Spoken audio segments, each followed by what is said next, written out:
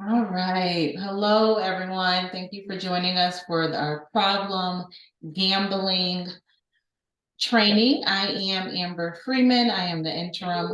I am actually the director of training, technical assistance, and community impact at CCEH. Today, we are joined by Haley Brown and Fred Theta from the Problem Gambling Services with Department of Mental Health and Addiction Services for a very interesting training. I think it's very interesting. So I'm actually going to hand it over to them so that they can start us off. Being that it is such a small group, you all feel free to unmute anytime you have any questions. No need to even put anything in the chat. Perfect. Thank you, Amber. As she mentioned, I'm Haley Brown. I am one of the primary prevention service coordinators with Demas Problem Gambling Services, and Fred, my coworker and co-presenter for today. So Fred, if you'd like to introduce yourself. Sure, Haley. Welcome all. Happy to have you all here. And Amber, thank you for that great introduction. And so as Amber said, if you have any questions throughout, feel free to join in. Haley and I are flexible in our approach, and we'd like to answer any questions that you all have. But most people know me as Fred. My first name is Fioriggio, and it's important that you know that if you ever want to email me, you got to know that name with all the extra vowels on there. So I go by both, whatever you feel most comfortable calling me. But with Problem Gambling Services, I oversee the treatment programs, our integration efforts, and working on workplace development. So for those that are interested on getting trained, learning more about the gambling related work, we do offer assistance in that through our state program. Great, thank you, Fred. And here's our contact information. We will also have this up at the end. So if anyone has any questions or is looking for additional resources following today's presentation, please feel free to reach out to either one of us.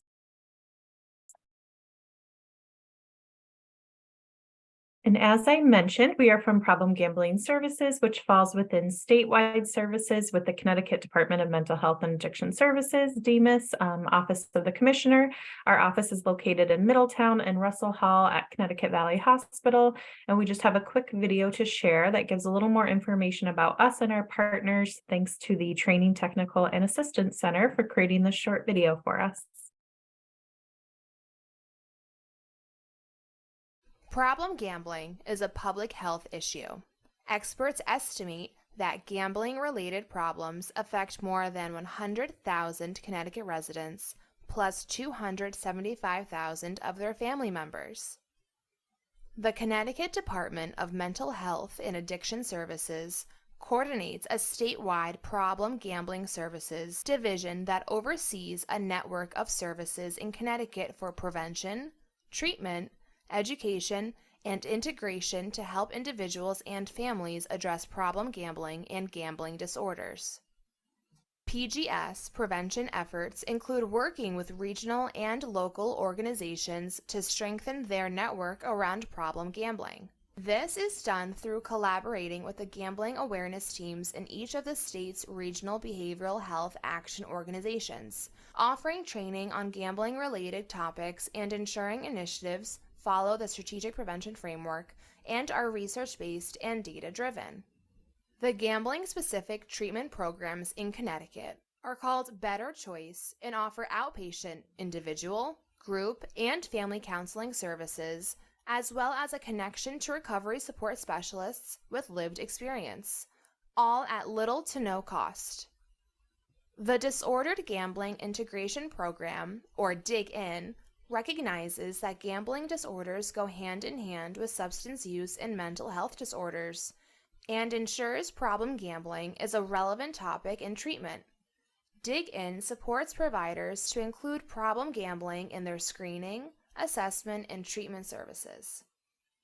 Help is available for individuals and families struggling from problem gambling. Reach out. For more information or to contact Problem Gambling Services, please visit our website at www.ct.gov/DMHAS/PGS.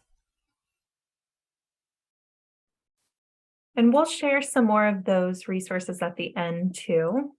And it's just important for us to mention that Demas Problem Gambling Services is gambling neutral. We are neither for nor against gambling. We recognize that it can be a source of entertainment for many, but that there are also many risks associated. And defining gambling, gambling is risking something of value on an activity that has an uncertain outcome. And we just have a few more definitions for you all. Responsible gambling is gambling with protective factors in place to lower the risks of the harmful impacts gambling can have.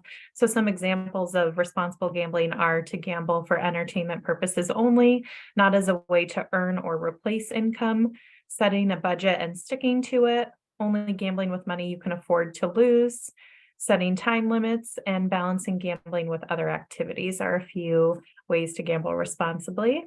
And then problem gambling is when gambling starts to negatively impact other areas of a person's life. For instance, it can cause relationship problems with family members, a partner, or even can create issues at work.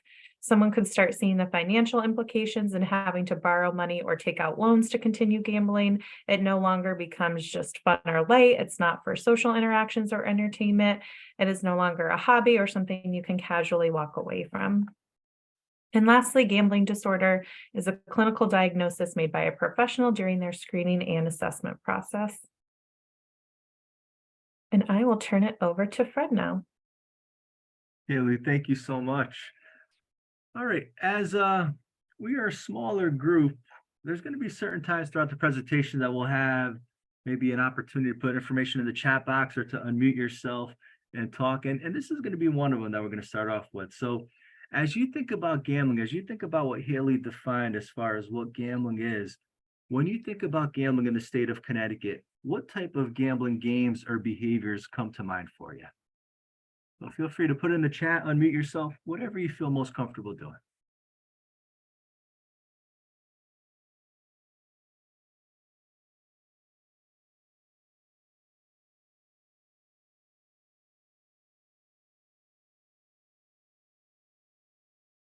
So I see slots and card games at the casinos, sports betting, craps, casino gambling, lottery games, scratch tickets. Excellent. All right. I mean, yes, when we think about gambling in the state, usually my experience when individuals think about gambling, the casinos is one of the first things that come up. Two of the larger casinos that we have really in the world. At one point, Foxwoods was one of the largest casinos in the world. Now there are larger casinos that are out there, but we have two really large gambling venues for casinos in Connecticut that have some of the games that are identified: slots, poker, craps. Online betting. Yes, online betting is something that's newer here as well. In 2021, it all went into effect in October. Online casinos, sports betting, apps, brick and mortar sports betting were allowed. And, they continue to go to this day as far as a new form of gambling expansion in our state. I think I saw the lottery there. The lottery is a popular form of gambling within our state. Close to 3,000 lottery vendors within our state. Any other thoughts? So that was good, group. This is very good. So as we're looking at types of gambling in Connecticut, you've identified many of us. We identified the lottery, we identified casinos. Off-track betting is another form of gambling in the state of Connecticut. For those that are not familiar, you have the opportunity to go into an environment. Is about 13 to 15 within the state of Connecticut, but you can place wagers on horse racing, dog racing, highlight. And, as I'm going through this content, if any of the discussion that we have here today is uncomfortable as we're talking about gambling games, if you need to take a break at any point during the presentation, please feel free to do that. You all had identified sports betting. So with that legislation, sports betting was made legal in Connecticut in 2021. And within the sports betting apps, fantasy sports is something that individuals can participate on as well. Charitable games. So if you think about raffles, you think about 50/50s, you think about bingo. It's a form of gambling in Connecticut. If you think about Haley's definition, placing something of value on an uncertain outcome, we're uncertain there. If you have a raffle, if you purchase a raffle ticket, you're uncertain if you're going to win the prize. So it goes into that definition of gambling. you all had identified online gambling, and in Connecticut, we have online casinos that are available like you would see in the brick and mortar casinos, but you can do it through your phone, through an electronic device. Stock market is another form of gambling. And when we think about gambling, there is a continuum there. So there are things that are considered more low risk, there are things that are considered more high risk. So if we think about the stock market, if you're investing in your retirement, your 401k, your 457, whatever retirement plan you utilize, that would be considered more low risk as you're putting money to the stock market over a long term, over many years. It's been found that the more years you're involved, the more likely you are to get some dividends at the end, get some more income at the end. Where if you're doing something like day trading, where you're having that exchange of money on a regular basis, research has linked this to become more like problem gambling than anything else. If we look at cryptocurrencies, so our sports apps and our online casino app vendors do not allow cryptocurrency at this point in their sites. And for those that are not familiar with cryptocurrency, it's taking the dollar and turning it into an electronic fund. It's available at many sites now. It's becoming more and more acceptable. I think Bitcoin is something that's familiar that you may have heard around, but there's around 10,000 forms of cryptocurrency that are out there. In Connecticut, if someone was gambling with cryptocurrency, there are sites that are out there online that are not considered legal in the state of Connecticut, but that's how someone can participate in gambling through that avenue. So just some of the types here, there are intersections between gaming and gambling. We won't get into too many details on that today, but we do offer presentations on that if that's an interest to the group. But you all identified many of these already. So there's a lot of gambling in Connecticut. For those that may not be as familiar with it. So we like to try to raise awareness of what's going on with gambling in our state. And so as I was talking a little bit as I was introducing the games, so in 2021, we've had the biggest expansion that we've seen since the opening of Foxwoods and Mohegan Sun. And with the online casinos, they are only offered through our two casinos. It's offered through Foxwoods, through DraftKings, Mohegan Sun through FanDuel. And so not only do they offer their sports betting, they also offer the online casinos. So for the online sports betting and the brick and mortar sports betting, the casinos can offer it, but also the lottery is a partner as well. And within those sports betting and online casino apps, there's fantasy sports. Sometime this year, we're going to see the lottery go online with some of their draw games with Keno. And it would be the first time that lottery products can be purchased using a credit card in the online platform. So not available yet, but something that will be showing up sometime in the near future. So as I was talking about gambling on a continuum, as Haley and I are presenting today, you all may have, and this is just me guessing here, but I'm going to hypothesize that you all have a better understanding of substance use disorders, of mental health disorders than you do of gambling. So if you have more of that understanding with substance use disorders, I'm going to ask you to have your substance use disorder hat on as we talk about some of these conversations. As you'll see, there's a lot of similarities between gambling and substance use disorders. So if we look at this continuum here, where someone might be on a level where they're not using alcohol at all to being on the far extent to having an alcohol use disorder, gambling is in that same category. So the fortunate thing is many people can participate in this behavior at a safe level. We know in our state that looking at prevalent studies that we've done in Connecticut, there's a lot of individuals that like to participate in gambling. And if someone can do it at a safe level, as Haley said, we're not for or against it. We just want to make folks aware if it becomes problematic that there's places that can offer that support to help individuals get out of the difficult situations. So 95% are at that safe level. If we go to the other end, around 1 to 2% of the population meet the criteria for a gambling disorder. Later on in the presentation, we're going to go over what that criteria looks like. About double that is problematic gambling, about 3 to 4%. And then a term that we don't have on this continuum, but it is prevalent to our work, is called at-risk gambling. So that means someone is starting to have some challenges with gambling. They might meet one of the criteria for gambling disorder. For example, someone may have gambled more than they intended to and now is having challenges paying off their rent or paying off their car payment. So it's impacting some areas of their life, but it's not at the level where it's problematic or to the most severe form of gambling disorder. When we think about gambling disorder in the general population, like I said, about 1 to 2% meet criteria. When we look at additional populations, if we think about youth, youth is 2 times the rate of the adult population. If we look at individuals with a substance use or a mental health disorder, conservatively, it's about 10 times the general population. Depending on the data that you look at, that number may be considered low, or it may be considered high. You know, there's some studies that I've seen that almost half of individuals within the sample had met a mental health or substance use disorder and beyond. Looking at the Department of Correction, individuals in the criminal justice system, you know, to date, this is one of the highest populations with prevalence of gambling disorder. Nationally and internationally, around 30-35% of individuals within criminal justice settings meet criteria for a gambling disorder. In 2018, we looked at the prisons and jails within Connecticut, and we didn't see anything that's different from what we see nationally and internationally. So looking at prisons like Carl Robinson, Corrigan, Rogowski, around 30-35% had met criteria for problem gambling or gambling disorder and beyond. So it's certainly a concern if you're working with populations that are within the criminal justice system.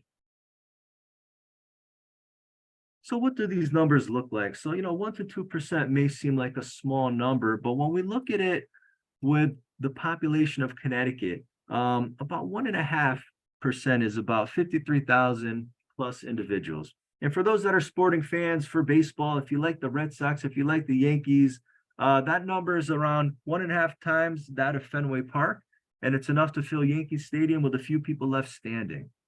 So the at-risk, so remember, that's the one where someone is starting to have some challenges with gambling, but not at the level of problem or gambling disorder, is about 8% of the population, and that's under 288,000 people. And that's enough to fill the Mohegan Sun Arena 28 times over. So again, it seems like smaller numbers, but they can impact a lot of individuals. And when we think about loved ones, we think about the community and what are the impacts to the community.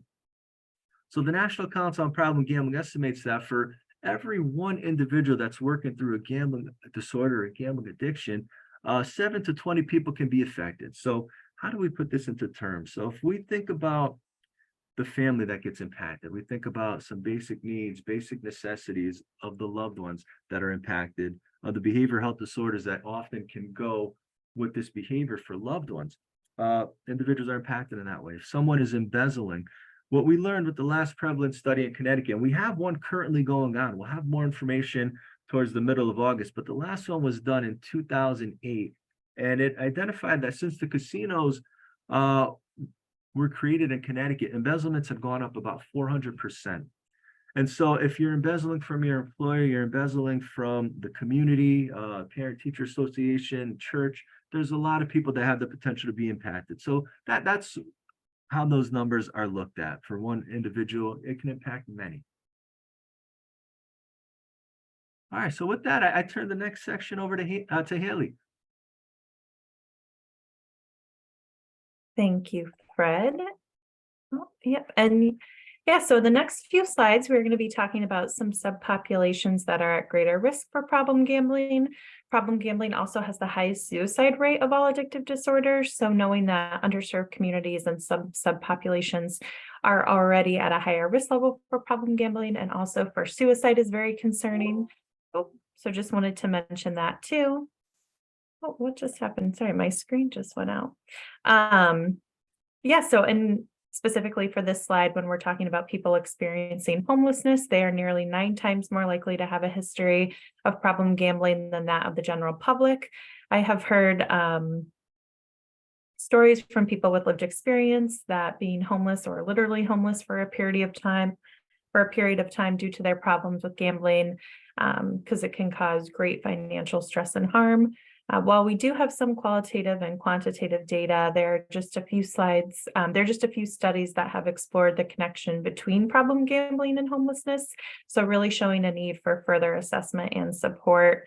But of the few studies that have been done, it is suggested that organizations working with this population are trained on the signs of problem gambling, that they screen for problem gambling, are aware of the treatment and recovery resources available, and form partnerships to help support this work further. And just that there's still a huge stigma around problem gambling, and someone may appear to have a financial problem or be struggling financially, but they could actually be dealing with a gambling addiction, which is why the need for screening and conversations are so important. And I know we'll go over some of that later, and I know Fred will also go over why problem gambling is known as the hidden addiction too.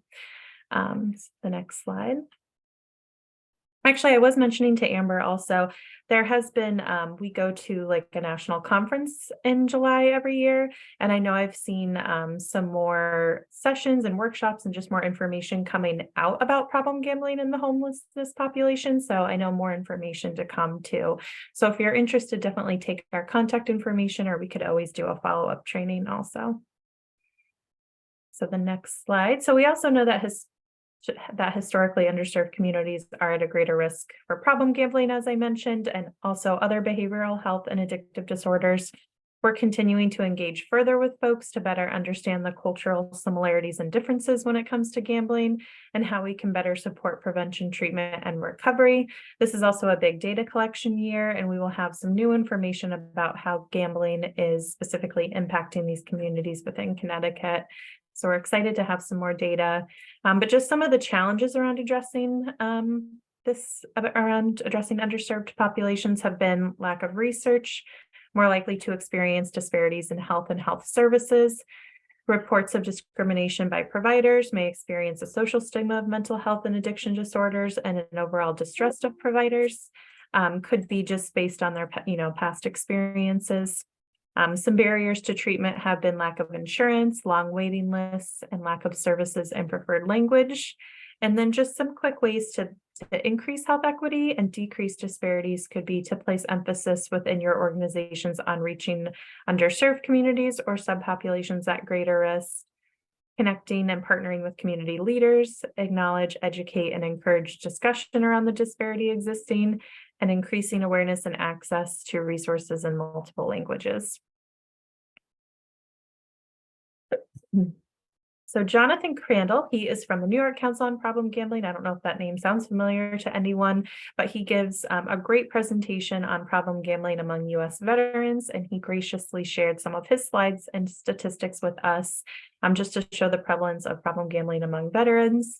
So about 2% of U.S. veterans screen positive for at-risk gambling, 10.7 or almost 11% of mental health treatment seeking veterans reported a lifetime history of gambling disorder, and 40% of veterans seeking treatment for problem gambling reported a previous suicide attempt.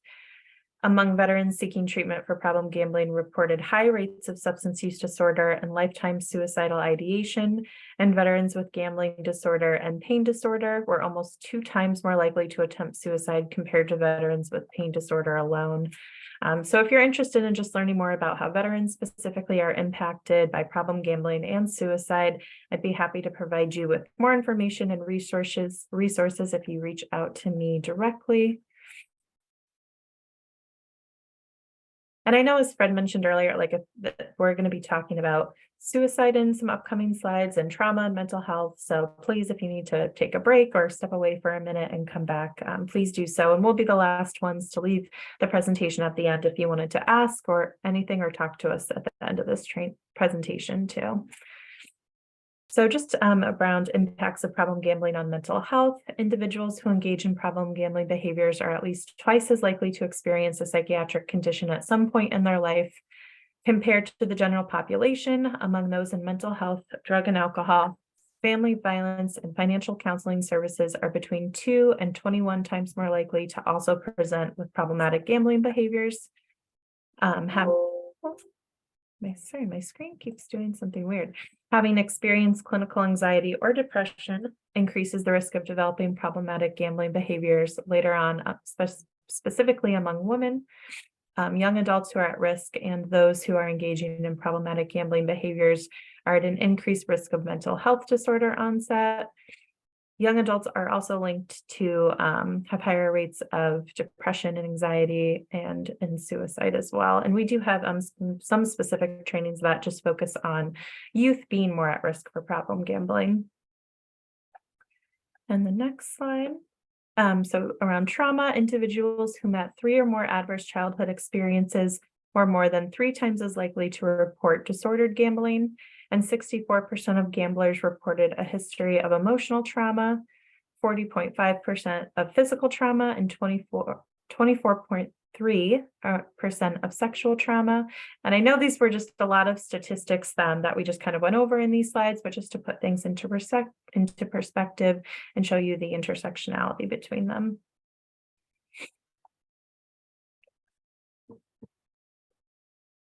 And the next slide. And I know I mentioned briefly before, but just about the risk for suicide among those with problem gambling, and the risk for suicidal behaviors, including suicide ideations and attempts among individuals with gambling disorder, is also high compared to the general population. And recent studies that came out, including data from 3 World Health Organizations, found that among individuals with gambling disorders, 31% had suicide ideations that were associated with having any financial debt, having chronic physical illnesses, experiencing depression, mood disorders, and alcohol use disorders. 17% had made a plan for suicide, and 16% made a suicide attempt. So this study also concluded that the most prevalent co-occurring conditions with gambling disorders are substance use and mood disorders. And we have a link for that research if anyone is interested in looking at that study further.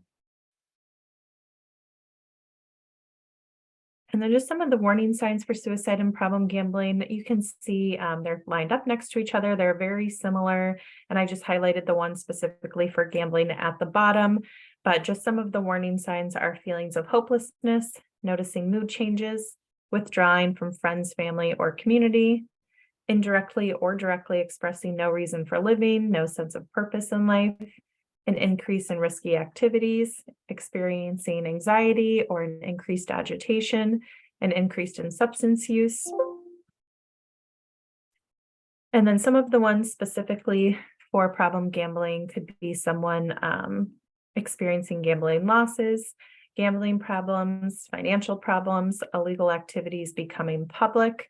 Again, a lot of people with lived experience in their stories have shared just that they get to this place of hopelessness because sometimes the financial debt and burden can be so huge, and that can also be extremely isolating, so that suicide becomes the perceived solution to their problem. Just also given up hope of controlling or stopping gambling, kind of the vicious cycle of addiction. And because the warning signs are so similar, it also highlights the need to screen and assess for both.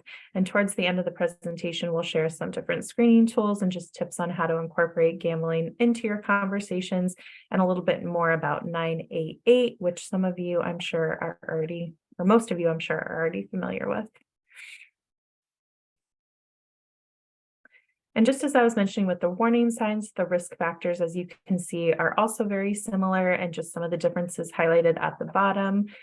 But some of the warning signs could be substance misuse, a history of depression and other mental illness, current or prior history of adverse childhood experiences, relationship issues, a recent or significant loss or change, a sense of hopelessness, a loss of job or experiencing financial problems, criminal or legal problems, serious illness such as chronic pain. And then again, you can see the differences. Some of the ones specifically for gambling are mistaken beliefs about the odds of winning, having an early big win. Many people highlight the memory of an early win, especially if it was linked with a close family member or a loved one, so that having a big impact in their life.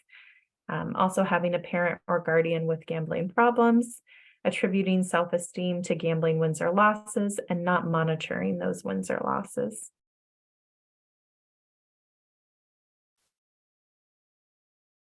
Some protective factors, and these can serve as safeguards, helping people who otherwise might be at risk find resources, support, or coping strategies. And some of the individual protective factors are to build or enhance coping and problem-solving skills, emphasize reasons for living, so family, friends, pets, hobbies, connecting with a sense of purpose, giving them hope, having a strong sense of cultural identity and acceptance of that, Some relationship protective factors are support from partners, friends, and family, feeling connected to others and a sense of belonging. Some of the community protective factors, really feeling connected to the school, community, and other social institutions, availability of consistent and high quality physical and behavioral health care. And lastly, just some societal protective factors are a reduced access to both problem gambling and lethal means, along with reducing stigma and shame. And I'll turn it back to Fred. Thank you, Haley. Tim, I saw your comment in the chat. If you go onto our website, www.ct.gov/Demas/PGS, there's a fact sheet on youth and gambling on our site with other information that you can find. But we could certainly share additional resources with you afterwards if you're looking for more beyond that fact sheet. Yeah, Tim, I'll definitely send you some information too. All right, so one of the things that research has found is that the more rapid the play, the more potentially dangerous the behavior can be. When I look at one of the top 3 factors of individuals coming to treatment in the state of Connecticut with concerns with problem gambling or a gambling disorder, slot machines, which are a pretty rapid form of gambling, are usually within the top 3 year in and year out. Even with the recent expansion, we've seen increases in sports betting, significant increases with online gambling concerns, but slot machines continuously tends to be there. If we think about scratch tickets too, for many years, that has been a prominent reason individuals have been coming into treatment. So I say that just to identify that the quicker the play of the game, the more potential concerns that can arise. And what we're seeing in our current day is that games are being shortened and shortened. So they're occurring much more rapidly and quickly where individuals can gamble. So if we think about fantasy sports, where initially it was season long, you have fantasy sports and you could still participate in fantasy sports at a season long level, but introducing daily fantasy sports where we have that whole season condensed just to one particular game, and every day you can create lineups to place wagers, it's been significantly decreased than what we're seeing season long. Looking at traditional sports betting, in years past, it might have been a wagers placed for just one match. In today's day, there's something called in-play sports wagering, where wagers can be placed from the very beginning of the game to the very end. If we look at now, we're currently in the basketball playoff schedule where you can wager who's going to make the next shot. Is the next shot going to be a 3-pointer, 2-pointer? How many points is someone going to have? So these bets are continuing throughout the duration of the game, which is much more rapid than what we've seen in the past. Lotteries that in the past were maybe just daily or nightly, where now there's scratch tickets, there's Keno that occurs every 4 minutes, much more rapid. Where we had the brick and mortar casinos where you'd have to drive to the establishment, participate there. We're online. I mean, it's as close to our phone, which could be within hands distance of where you are. So again, much more immediate than what we've seen in the past. The investment for stock market, long-term investing versus day trading, making the daily changes. And then video games where, I remember the video games for my youth. You would have a beginning, a middle, and the end. You can open up a chest to a game and you don't have to make a purchase to it. Where today's game, you may have that choice. You may use in-game currency. You may have to use real-world money to open up chests that you're hoping will give you a better weapon, a better item, depending on the game that you're playing. And the chances of getting that really rare, that really good weapon is very small. Almost like what you would, for me anyway, when I initially started hearing about the loot boxes, I'm like, wow, this kind of sounds like a lottery where the hope is you could win that $1 million or that big reward, but it's a much, much greater chance you're going to get something smaller. You might not get anything at all. So much more immediacy that we're seeing in today's day than we've seen in the past. Okay, we're gonna head now into some of the similarities and differences that we see with gambling and substance use disorders. We're gonna start with some of the similarities, and we'll start with a video on the addicted brain. Say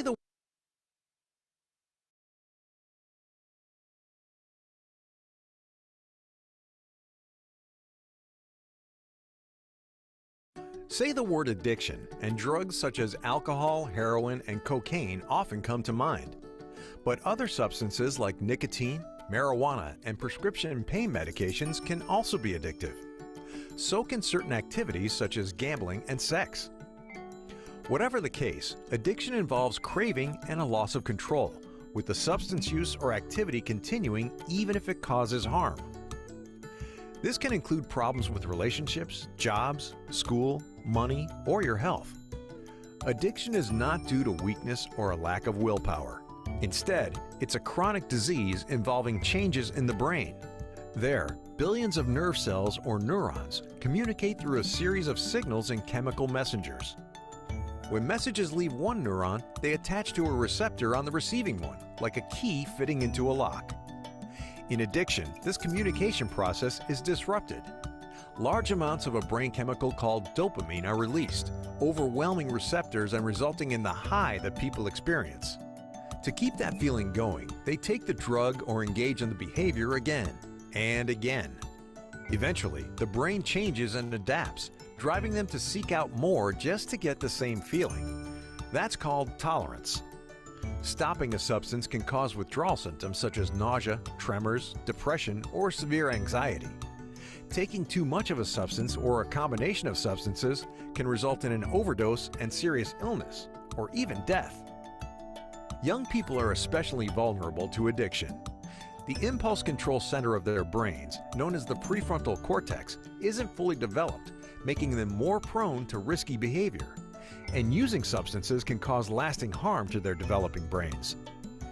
If you think your child might be experimenting with substances, talk to them about it. Parents can help by taking a strong stand against substance use and teaching their kids healthier ways to deal with life's stresses. Like any other disease, such as diabetes or asthma, addiction can be successfully treated. So if you or someone you know has a problem with addiction, talk to your doctor, a mental health professional, or an addiction specialist. Getting help may save a life.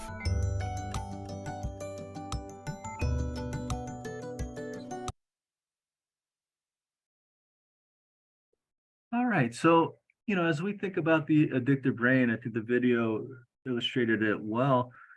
We're seeing whether it is a behavior, whether it's a chemical, current research now shows that the brain on gambling acts a lot like the brain on drugs. So as the chemical is ingested, as the behavior is participated in, it impacts our midbrain, our nucleus accumbens, our ventral striatum, our pleasure-seeking area, that dopamine gets impacted. There's that elevation that we feel. And as the behavior is habituated, it's occurring over and over and over, our brain's not making that dopamine like it once was. It's becoming more dependent on the substance or the behavior. And as it's becoming more of a ritualistic thing, more of an addictive related behavior, it's impacting our frontal lobe. So, we're focusing more on chasing the behavior, getting more of the substance, where we might not be using our reasoning the same way that we once would. And it helps to understand how individuals that maybe didn't have a criminal justice history in the past are now doing things illegal, to gamble, to utilize a substance. And that brain disease concept, I think, is becoming more well-developed in substance use. It's not as well understood with gambling, but I think one of the takeaways for today, as we're thinking about gambling in the brain, is that the brain reacts very similarly when one is gambling than when they're using substances. And so how are we seeing some of the similarities? So we're seeing, the midbrain is impacted, the reward system is impacted. We have a tolerance buildup. We have the impact of dopamine.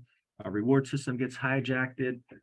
We need stronger doses if we're using substances. We need to increase the amount of bets that we're using. There's a loss of control that goes both with the substance use and with gambling.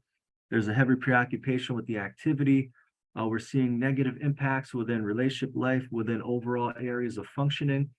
And we have withdrawal for both gambling and substance use disorders.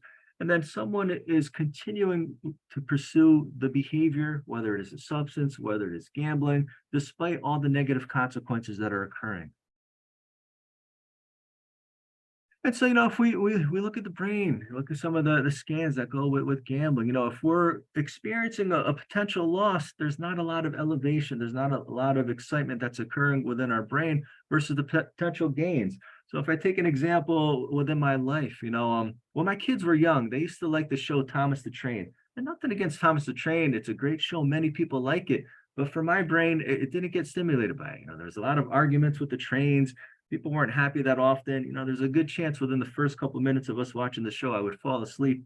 So my brain would react more like what we're seeing on the left side, where if we're experiencing a potential loss, versus if I was experiencing a win at the casino, win in a slot machine, win playing a table game, my brain would look more like what's illustrated on the right-hand side. So there's that excitement, there's that dopamine that we feel, just like if an individual is using substances.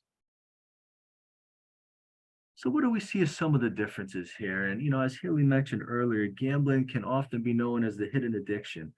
And so, it can be difficult to diagnose. There's high reliance on self-report for the individual. Where if we're utilizing a substance, we might be able to smell alcohol in an individual's breath. If somebody's using an opioid, we might be able to see some of the sedated behaviors. It might be easier to recognize what someone is looking like if they're utilizing a substance, where it's more difficult with gambling. There's not a biological test. So, in substances, we can take a urine and we can find out if there are any substances within an individual's body. Where with gambling, we can't do the same thing there. We can't do the same thing, take a urine and out fall out dice. Or if somebody comes into our office, scratch out tickets fly out of their pockets, it's not the same. We're not able to identify it in the same way. A lot of times with a gambling disorder, it may seem to be a money-related problem, but just like with other behavioral health disorders, there are biological challenges that are occurring. There are psychological, there's high co-occurrence, as we were talking about with the continuum, and social factors, depending on what the environment is like. Is it more reinforcing to gambling? So there are a lot of factors that we have to consider beyond the aspects of money where an individual is participating with gambling.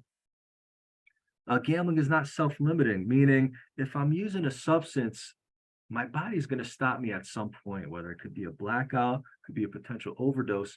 What we're seeing with gambling is that if there is a fuel to keep me participating in the behavior, money oftentimes is seen as that, but it doesn't always have to be money, depending on what's of value to the individual. But individuals can continue to participate as long as they have that source that keeps them in the behavior. With gambling, a difference is the problem can also seem like the solution. So if somebody's using a substance, there might be that dissociation that occurs with it and may be able to take away from the problems that are occurring within the individual's life. But afterwards, that problem is still going to be there. The one challenge we see with gambling too is that there's that potential for a win. So although there might have been all those significant losses that have continued to occur, that win could get the individual out of their difficult situation. If we're thinking about somebody that's homeless and they had just a big win, if they're going to the convenience store, they see there was a $10,000 winner at this convenience store, how that might encourage the use to get the individual from their difficult situation to maybe be in a better environment. The intermittent reward schedule is the schedule that we see with gambling here. And if you remember back to your Psychology 101 days, it's one of the hardest reinforcement schedules to break, where there's that chance you can have the win, but it's not guaranteed. I may have those losses, but I had that win. And how it affects our brain, how it impacts the dopamine. I've worked with individuals over the years that can very vividly remember that first big win, whether it was something in youth, whether it was something when they turned 21, whatever it was, there was a very powerful remembrance of that big win. And it keeps an individual participating in the behavior despite what has occurred with the losses over time. The lack of awareness. So, we're not at the same level today that we are with substance use or other behavioral health disorders. I'd like to say where substance use was many years ago, where individuals were thinking, well, you should just stop using the behavior, where smoking was occurring when you're out, where surgeons were smoking. We understand today that this is a behavior that's unsafe, and we've seen it eliminated. Not quite there with gambling. I think we're making more strides with raising awareness, but we still have a long way to go. And then again, with that lack of awareness comes a greater stigma, where, it's at that point, look, this is a behavior, you should just be able to stop. The understanding of the brain disease, the addiction, isn't as quite well understood today with gambling. And so some additional differences, fantasies of success and magical thinking. With gambling, there can often be things that can be tied to the behavior, where I might have had my lucky socks on when I went to the casino and I had the big one on a slot machine. So, my mind thinks anytime I go, I need to make sure I have those socks on. Or, my favorite sports team won when I was wearing a sports jersey. So anytime I'm watching the game, if my team's going to win, it's going to be tied to me wearing that jersey. So there's fantasies of success, magical thinking that can go hand in hand with gambling behaviors. The behavior is not attributed to intoxication. So even someone who might have been gambling all weekend or multiple days at a time may seem intoxicated. We don't have that same behavior that goes with gambling. Greater financial problems. There's financial problems that definitely occur with substance use, no doubt about that. The one challenge we see with gambling is because money can often be the source that gets an individual participating in gambling, where we're seeing very significant debt. Haley had talked about the high levels of suicidality. And, one of the things we're seeing with gambling is because of the stigma, because of the lack of awareness, when individuals come into treatment, they're often at a very helpless state. There's often some very significant degree of financial challenges that are occurring. So there's higher levels of hopelessness as somebody comes in. And I believe that has a lot of correlation with the suicidality. And then less tolerance from public and the criminal justice system. We're trying to do more work with the criminal justice system. We do train for Court Support Services Division, at times with the Department of Correction, to raise the awareness about gambling. But, where we have substance use, we might see an alternative to incarceration. We don't have that yet with gambling. And a lot of times with gambling, it's based on the amount of finances that is impacted. And, I completely understand that. There's a victim and there are challenges that occur with that. No doubt about that. I think we're at a level, how do we balance that with when can an individual be completed with their punishment? Can we look at treatment as a potential option as well? Oftentimes in today, there are more punitive challenges that go if somebody has a gambling disorder, rather than recognizing that this is an addiction where somebody might be able to benefit from treatment, just like they would with substances. All right, any questions?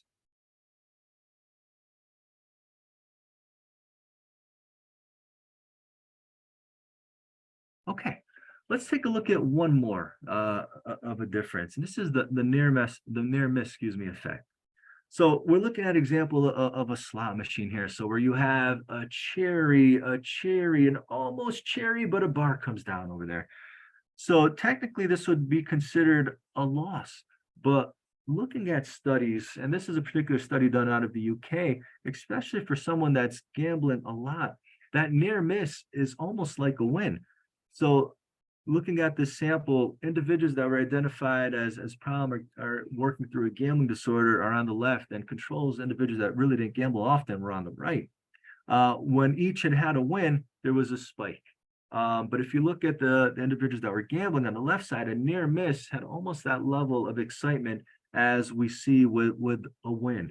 So almost winning can stimulate the brain similarly to what we would see with a win or with using substances. So that adds a whole different element into this behavior. All right, so we talked about similarities and differences. Now let's get into a bit of the criteria for gambling disorder. We'll talk about how it's similar with an alcohol use disorder, and then we'll do some diagnosing, practicing, if that's okay with the group. So let's talk about the criteria for gambling disorder in the DSM-5. So you have to meet at least 4 of the following criteria to have a mild gambling disorder, and up to 9 to have that severe gambling disorder.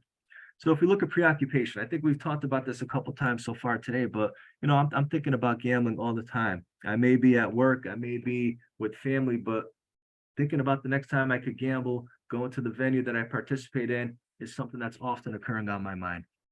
The next one is the tolerance. So I need increasing amounts to get the same effect. So I may have started gambling with $20 or $30. I might now need hundreds or thousands to get that same effect. The loss of control. So I'm unable to participate in the behavior at a level that was once safe. I'm having a hard time cutting back. It's just something that continues despite what I want it to be. The withdrawal aspect of gambling is becoming restless or irritable when trying to stop gambling. We do see links with domestic violence and gambling. If somebody's there, that irritability, the challenges that can go with stopping the behavior can be very difficult for an individual that's having an addiction with gambling. As we may see somebody using substances to relieve difficult situations, dysphoric mood, gambling can be used in the same way to escape with problems and challenges within the individual's life. Chasing losses, that someone can chase a substance. This is different in the aspect where if I depleted my money gambling one day, I'm trying to go back to try to get my money back, to try to be made whole. A lot of times we think about it financially, but somebody that's using gambling to escape, maybe try to be made whole emotionally through the behavior. Lying behaviors are something that we see with gambling disorder, like we might see with substance use disorders. Impacts of functioning. So challenges with relationships, job, educational, career opportunities are impacted by the behavior. And then relying on others to loan you money because of the amount that was impacted gambling to either try to pay back debt that was caused or to gamble to get money in hopes of paying back the debt and having additional money. But what we often find with the cycle of gambling is it's much more likely the individual is going to have losses than wins when they're having the challenges there. And it's not better explained by a manic episode. So if somebody's meeting a criteria for bipolar disorder where they're having both the manic episodes and depressive episodes, if someone is only gambling during the manic episodes, it would be an exclusionary criteria. With DSM-5, we have specifiers now. So gambling has been in the DSM since the early 1980s, and DSM-3 was identified as pathological gambling. As the research is caught up, as the brain science is caught up, we find that gambling acts more like an addiction than an impulse control disorder, where it was for many years. And currently, it's the only behavioral addiction within the substance-related categories in the DSM-5. I think others are being looked at. I know if we look at the International Classification of Diseases, their 11 manual, gaming disorder has been entered there, and also sex and love-related addictions have been added into that manual. And maybe something we'll see in the future with DSM-5.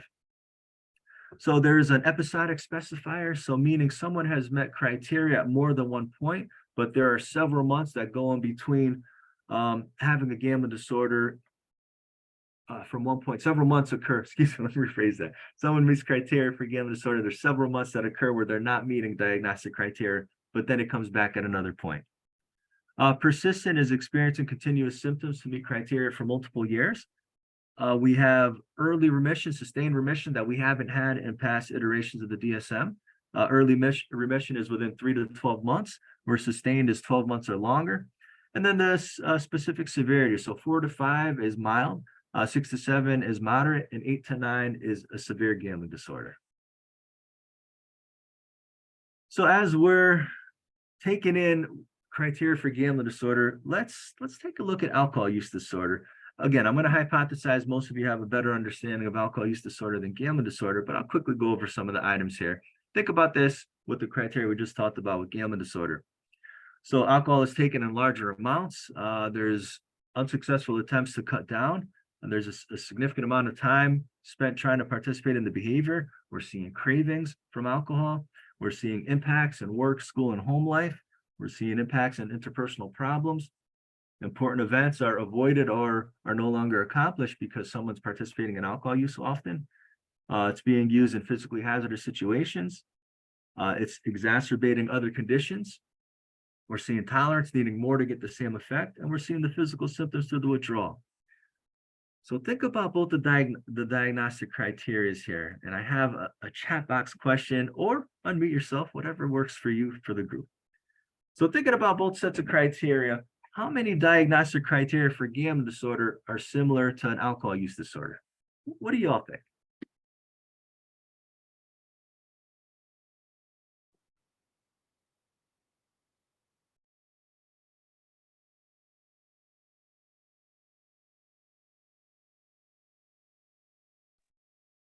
I'm seeing 9, 7, 7.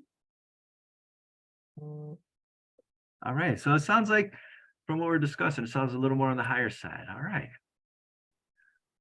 Okay, so, I would, based on just my thought process, I would think 7 would be the most accurate one. But when we look at the specific criteria, it is 5. Preoccupation is identified on both sets of criteria: tolerance, withdrawal, the loss of control element, the impact in important aspects of life and overall functioning.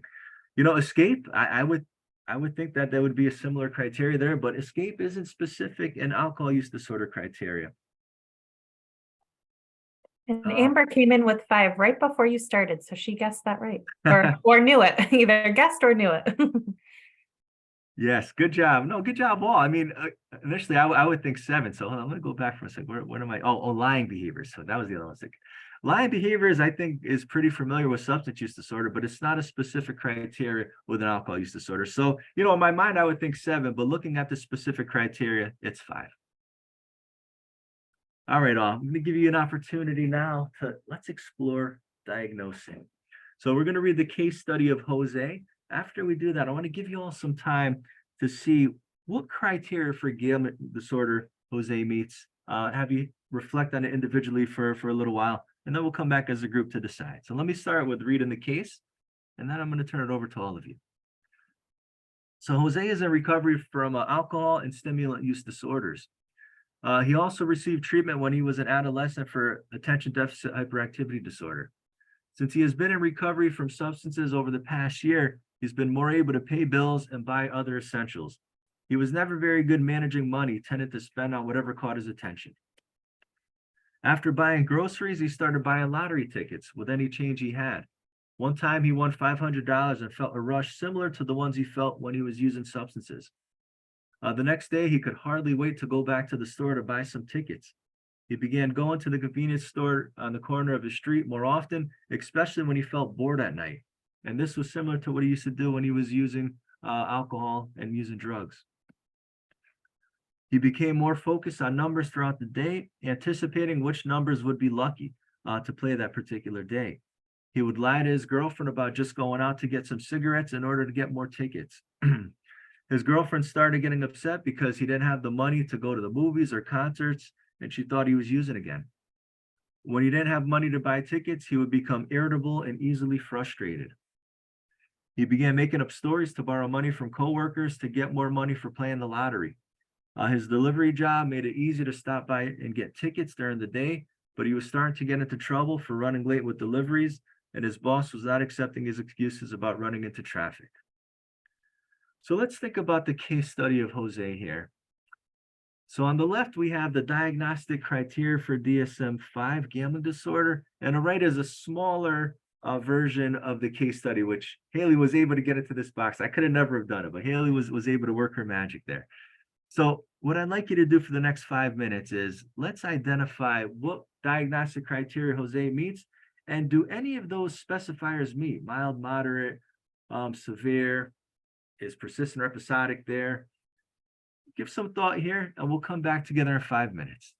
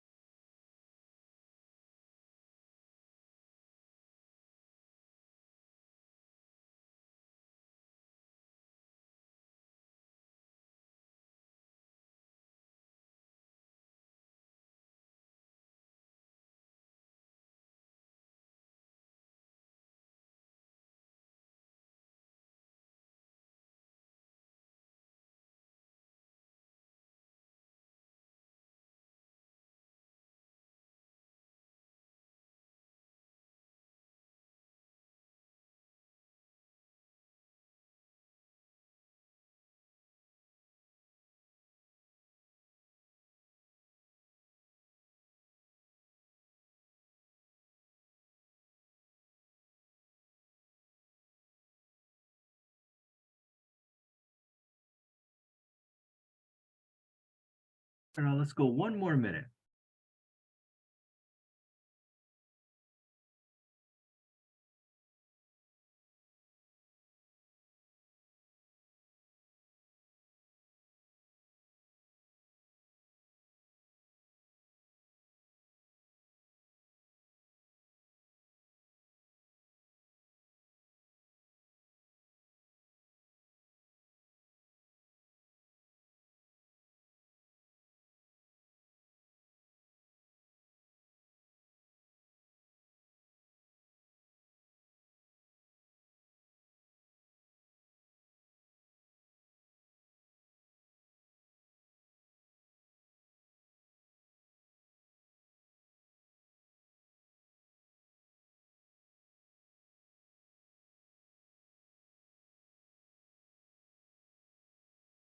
All right, does anybody need any more time?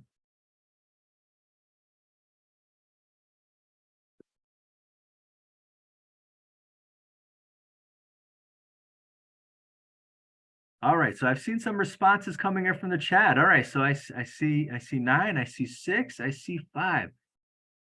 Would anybody be willing to share what of the 5, 6, or 9 criteria he has met so far? Okay, Katie, thank you.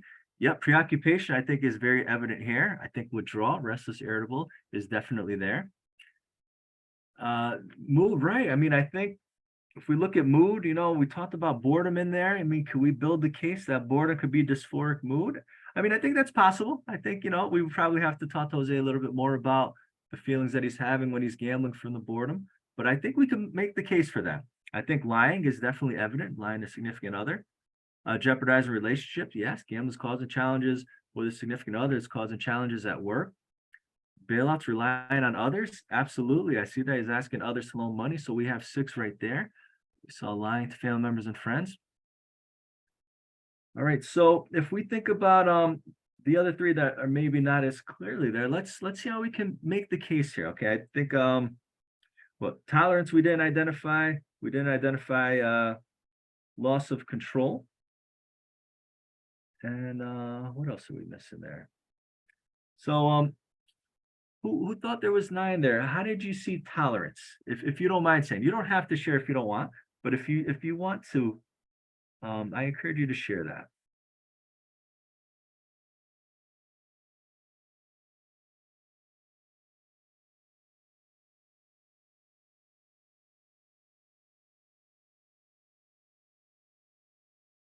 I mean, I can help you out too. So if we look at tolerance, I think we want to find out more as well.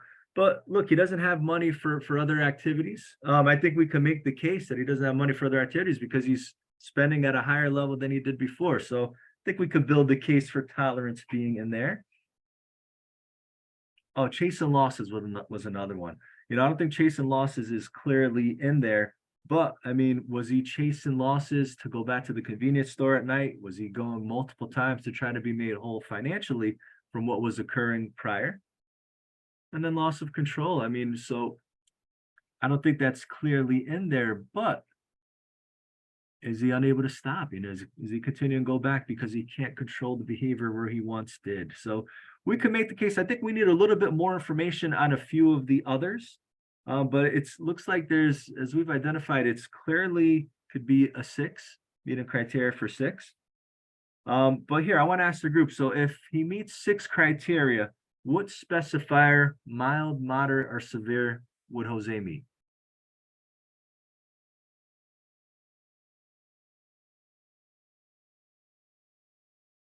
Excellent. All right. Thank you, Tom. Thank you, Tim. Moderate is correct. Now, what if he met all 9? If he met 9 criteria for gambling disorder, what specifier would he meet?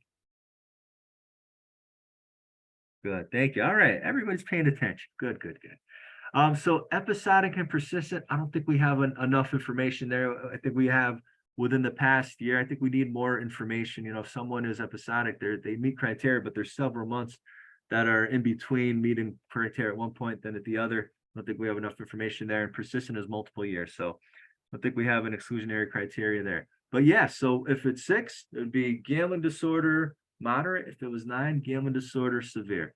Great job, everyone. Thank you for participating in that case study with us. Again, if you have any questions, feel free to stop Haley and myself and we'll answer them for you. So as we're thinking about integrating gambling within assessments,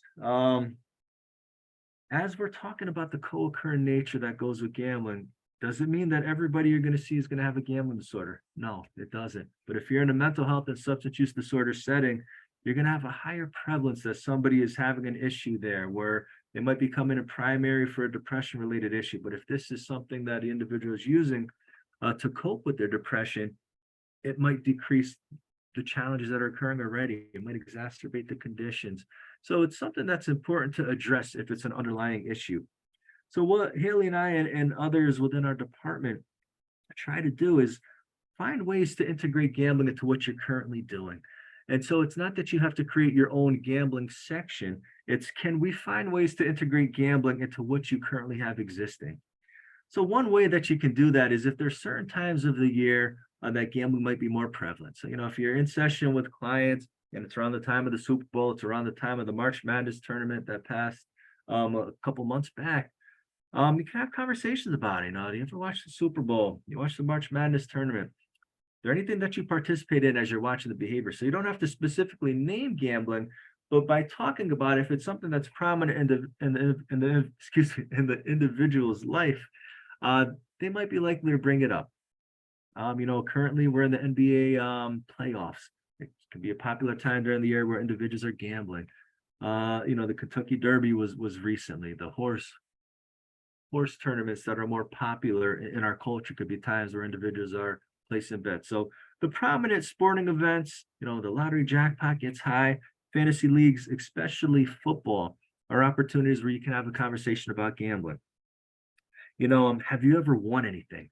That can be an opportunity to have a conversation about gambling. If somebody won gambling, they might be likely to talk about it there. When you're asking questions about substance use, so as you've learned today, there's a lot of similarities between gambling and substance use disorders. So if you're asking questions about substances, even if you can't modify your biopsychosocial assessment, your intake assessment, whatever that first tool that you use when you're meeting with clients for the first time, see if you can add gambling just to the questions that you're asking. So if you've identified somebody as having some concerns with gambling, here's some additional questions that you can ask to assess further. And you might see similarities that you see when you're meeting with clients for substance use disorders. Do you feel any urges, or what are triggers to gambling? Just like you might ask about triggers for substance use, are there environments? Are there any cues that come about? Is there a commercial? Is there a fight with a spouse or fight with loved ones that trigger feelings to gamble? Is gambling involved with any celebrations? Do you ever gamble to escape as those challenges arise? Is this one of the coping skills that you're using? What are the feelings that you experience when you're gambling? Do you get good feelings? Do you get negative feelings as you're gambling? What's that impact on you emotionally? How do family members or friends react to your gambling? Do family members or friends have concerns? Are there behaviors that we can address? Maybe we can do family therapy, individuals coming in to see you individually. We certainly encourage that within our work, with our programs. As lying behaviors can be common with gambling. So seeing what client is talking to you about, seeing what the family is experiencing, can get a clearer picture of what's occurring. Do you feel comfortable talking about gambling problems with family members or friends? Can we build a support network? Who can we connect with outside of treatment that the individual can find that support with? As we've talked about suicidality a few times already today, when we think about 12-step fellowships, the only group that I'm aware of that talks about suicidality is Gamblers Anonymous. I'm not familiar with it within the other fellowships, but the last question talks about, have you ever considered self-destruction as a result of your gambling? So if we come on back, I think we should have, next time we'll put that earlier when we talk about suicidality. I kind of jumped in over here, but just to get you thinking about it again. Now, when we think about one question to talk about this behavior, we would encourage you to go beyond, do you gamble? So instead of a question such as, do you gamble? Have you ever participated in any of the following? So talk about the different gambling behaviors that are occurring within your state. And here's a list here, Keno, lottery scratch-offs, betting on sports. We want to help our clients understand what we mean by gambling and the different behaviors that are occurring statewide. And then they can respond none, less than monthly, monthly, weekly, or daily. If someone responds with anything other than none, then you can provide an evidence-based brief screen. And Haley has offered a couple for us here. So the brief biosocial gambling screen is one of the more popular ones that's being used in clinical environments. So it asks questions about the withdrawal category of gambling, the lying behaviors that go with gambling over the past 12 months, and the bailout question. So a yes response may indicate some concerns with gambling. I think if you get a yes response on any evidence-based screen, you could then go to assess for gambling disorder using the DSM-5 diagnostic criteria. But if you're looking just within an assessment, if you had the intro question and you had a brief evidence-based screener, I mean, that would be helpful to assess for this behavior. For those that are in prevention that go to community events, there are times we go on the community, we use the problem gambling severity index to assess the behavior of gambling within the individuals at the community's life. And this you can find out right after you fill out the tool. So there's 9 questions. Based on the responses, gambling might be identified as no problem, low, moderate to problematic gambling behaviors. And the screening tools can be found on our DMIS Problem Gambling Services website as well.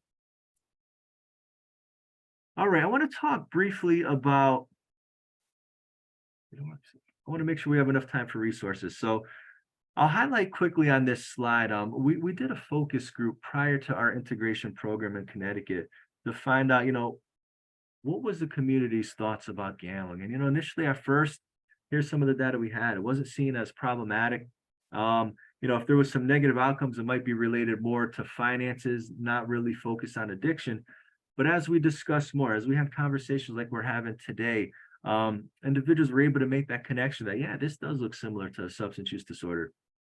One of the challenges the community is seeing with gambling is that it's something that's legal, it's government sponsored. A lot of the behaviors, our state does receive funding from gambling behaviors, and there was confusion there, something that's offered by the state. It was hard to see that this would be considered a behavior that would be harmful. And knowing how to get help. So this was prior to our recent legislation in 2021, where it is legislated that if vendors market sports betting, online casinos, that they have to mention the Connecticut Council on Problem Gambling's helpline number for those that are having challenges with the behavior. But even before that, individuals had known in the back of lottery tickets some advertisements, but still weren't comfortable, still didn't have the knowledge base about going into treatment. So one of the things that we do in Connecticut is we offer the Disorder Gambling Integration Program. So we have our clinical programs, and I think we'll talk about it in the next slide or two, but disorder gambling integration is a way to integrate gambling into your current structure. So find ways to integrate gambling into interventions, into assessments throughout the environment. Are there now resources that we have integrated with mental health and substance use resources? We look towards identifying key staff that are working on getting trained in gambling, that are working on building that competency. We meet every couple months as a group. We'll do fidelity reviews to see how folks are doing, see how agencies are doing within creating their goals. So basically, it's an opportunity to make gambling a part of the overall conversation when you're talking about behavioral health disorders. So we were going to do a risk activity. I don't know if we have enough time for it. I want to make sure we have enough time for resources at the end. If we do have a moment or two and there aren't many questions, we could do one example, but we'll save this if there's time. So I talked about disorder gambling integration. So in Connecticut, we have better choice gambling treatment programs that are available depending on which region of the state you're in. You might be familiar with some of the agencies. Region 1, Connecticut Renaissance is the provider. Region 2 is Communicare. UCFS is in Region 3, Wheeler Clinic, Region 4, MCCA in Region 5. And these programs offer gambling-specific care. So they're working with individuals that are impacted by gambling disorder, problematic gambling behaviors, and their loved ones. Just like your traditional outpatient programs, similar services are offered. The holistic care is offered because oftentimes there are co-occurring disorders that clients are working through. And MCCA also offers inpatient care that's integrated into their substance use program. So these are providers throughout the state. More information is located on our DMIS PGS website. And with that, I turn it over to Haley. Thank you, Fred, for all of that great information.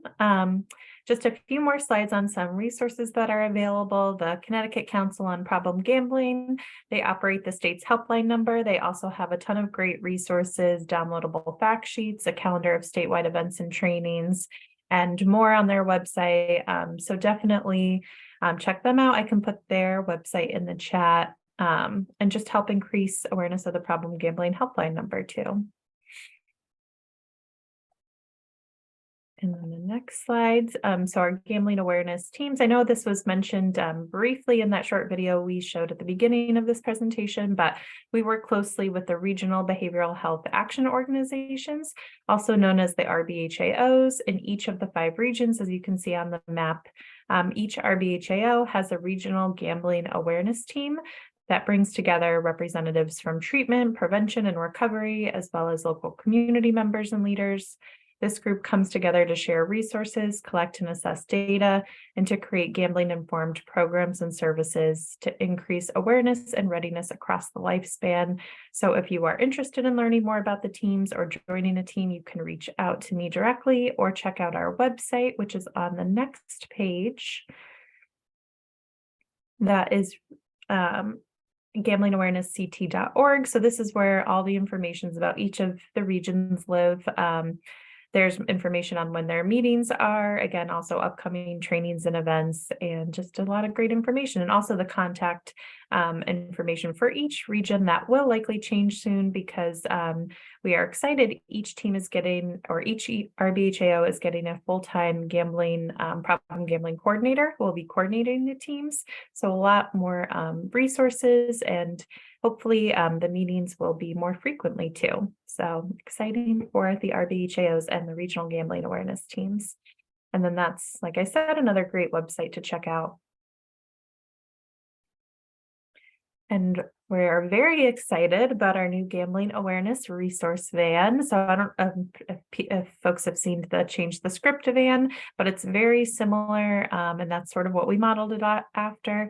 But the van launched in March. MCCA held an official ribbon cutting, and the van has been traveling across Connecticut ever since. It has recently been at a ton of different college campuses for their spring and health and wellness fairs. It's also been to a lot of community events and trainings. It will be at National Prevention Week event this upcoming weekend, and a lot of I know it'll be at some different recovery supports and Pride events also happening in June too. So anyone can request the van to come to a specific training or event, and I will put the website, it's responsibleplayct.org, but that's where the request for the van, the form is. And then you can also see on this website too, the calendar of where the van will be. And then I believe the next slide is just some additional resources. Yep, so just some more resources for support and referral, and we'd be happy to send the slides to you, Amber, if you wanted to send out to everyone. It would just be in PDF form, but just some great resources and links to check out.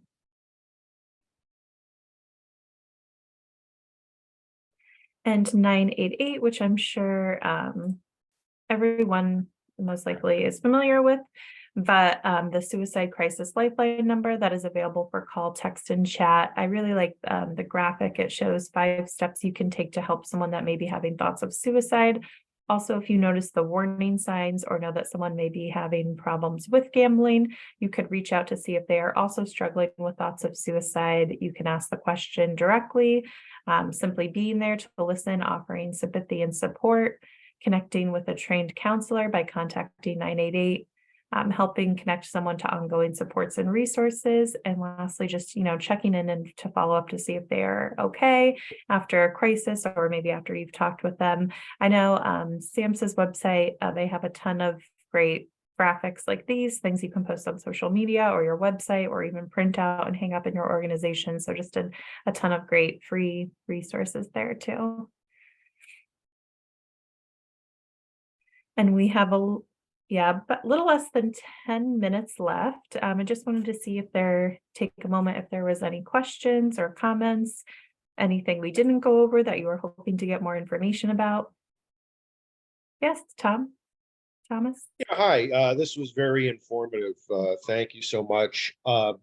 As someone who has been in the mental health world for about 20 years, I was not surprised to see how much of this kind of falls along the same lines as, substance use addiction and or mental health. I have been trained in such things as QPR and SBIRT, and I'm just wondering if Demas makes available any kind of training so that we as an organization could go out and teach people about, gambling addiction and that sort of thing along the lines of a QPR or an SBIRT or something like that. It's funny you said that actually. I've been in this position now for about a year. And my first thoughts when I was hearing the similarities between problem gambling and suicide, I thought of adapting QPR for a problem gambling kind of specific training exactly to what you're saying. So I had talks early on with the QPR Institute about doing that. And then it kind of was on hold as we were trying to kind of gather more information and like more of what this would exactly look like. So it is something that's been in the works that I do have ideas on and thoughts on coming back to it. We're also doing our team, Problem Gambling Services team is also doing a training for Fox 61's staff coming up. It's like a lunch and learn. So that's going to be a new training we're sort of adapting, but it's kind of like a QPR where it's like going over warning signs, risk factors, here's some protective factors and resources and support. So to kind of, for anyone in the community to take that and go out in the same way like QPR is intended. Yeah, well, honestly, what you just did right now, would be a good training. It's got all the requisite information, the resources, has a nice case study in it, has the screening tool. So yeah, that's definitely something we can talk about internally and see it, and especially like I said, with the I know the regional behavioral health action organizations, they all do a ton of QPR trainings too. And now that they'll have like a full-time coordinator for gambling, maybe it's something they could even take these trainings, go out more into the communities. And like you said, then if someone kind of with that model, then someone's able to take the slides and go out and do the training themselves too. So that's a great thought and something we'll definitely consider more. all right, cool. Thank you. Yeah, thank you. Any other thoughts or questions? Just real quick, are the indexes that I saw on your website, are they recommended to be done like any staff can do them or a clinical staff should do the indexes? I will As a turn that to licensed- Fred, that question. Tim, I think based on the comfort level of the individual. So if you're doing the problem gambling severity index, that can be by anybody. I mean, you can put it out in the community, somebody can fill it out. They can give them information for themselves to know, if they're at a moderate level or higher, maybe this is something I should explore further. And then to give some of the resources that are available. Maybe let them know about the Better Choice program. For individuals that even call the helpline that are at a pretty severe state here, not everybody's interested in treatment there. So our providers try to give them what would be most helpful. Is 12 steps something you're interested in? Is just talking here at the moment you're interested in? Always let folks know that treatment is available, but we want to meet the individual where they're at. Sure. The brief biosocial gambling screen is more of a clinical tool, but again, that's offered in general population assessments as well. So I think it's if somebody screens yes, knowing what to do with the next step. So know what the Definitely. resources are there and how to provide them help. Okay, good. Thank you. You're welcome. I have a question. I know we talked about just the intersection between homelessness and gambling, and we went over it, but I couldn't tell, is it more and more people are coming into homelessness because of gambling, or those that are currently experiencing homelessness are gambling, or is it both? From what I gathered and just sort of the studies that I found that it was both, with a little more emphasis on kind of the first one that you had said, with folks experiencing homelessness as a result of their gambling, just because of the huge financial burden it can cause to many, or at least for a period of time while they're either in recovery, kind of building back up their finances. And I don't know, Fred, if you've kind of heard similar or anything in your Yeah, no, I would agree with Haley there. And also on the other part that you bring up, Amber, so, if somebody's in a situation where they're having lack of finances, I think the way gambling is portrayed in the media is this is something that you can use to get you out of your desperate, your difficult situation. So I think it is something to explore where somebody might be like, wow, especially within the homeless population, I think you're going to see more of a prevalence with the lottery. And I know one things that we find is, as studies have shown, is individuals that are in more lower socioeconomic status have had more challenges with the lottery. So something just to be aware of is somebody using this as a chance to gain hope to get out of the difficult situation. Right, but they can be making it more difficult for them. Yeah. Absolutely. And even on our end, even for folks that enter treatment, we use a lot of MI in our work. And although we know abstinence would be the safest for the individual, if they're not at that level, we work with harm reduction. So, somebody might not want to give that away. Look, this is, in my mind, one of the things that I feel can get me out of my difficult situation. Okay, let's look at that. If you're going to do this, if this is the money you have coming in, what would be realistic to spend? So if this is your entertainment that you choose to do at entertainment, if it's maybe a couple bucks a week or whatever it looks like, everybody's financial situation is different, but how can we utilize this in a way where it's not impacting you in a more detrimental way? I'm thinking, Amber, your question. My thought is thinking like that near miss concept in MI right there is like our population, right? Is like it's the dream of the gateway to get out of this nightmare I'm living. So I'm close enough this time. Let's try it again. So like especially young people, I can see just kind of they get a bag of cans, right? And they go turn it in. That's not much money, but I get a ticket for the little bit of money my can redemption got me. So that's definitely interesting to think about. Right. It's an interesting dynamic we see with gambling. Prior to doing this work, I did more substance related work, and the suicidality part too. I was surprised by that. I thought I'd see more with substance related work, but I did see a lot anecdotally in my work with individuals that are working through gambling disorder. I mean, I think there's just not enough understanding. People don't see it at the same level. I would get calls from people like, am I the only person that's working through this? And, there's a lot of people that are having challenges there. It's just more quiet. And I think because it can also be sort of taboo to talk about finances in general. So I think that's why, and the shame, and guilt around it. But there's a ton of great podcasts out there too. I've been listening to a lot of them, and we work a lot with people in recovery and with lived experience. And in every single story, which is maybe like 50 or more that I've heard so far, it's suicide ideation and suicidality has been brought up in each story at some point in kind of their experiences with problem gambling. So that's why we've been trying to just increase awareness on that too. And if you're, asking about one, kind of bringing up the other in terms of, problem gambling with suicide too.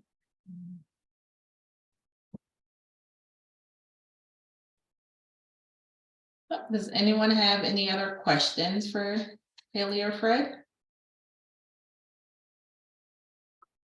Oh, and I did not put those websites in the chat, so I can do that quickly.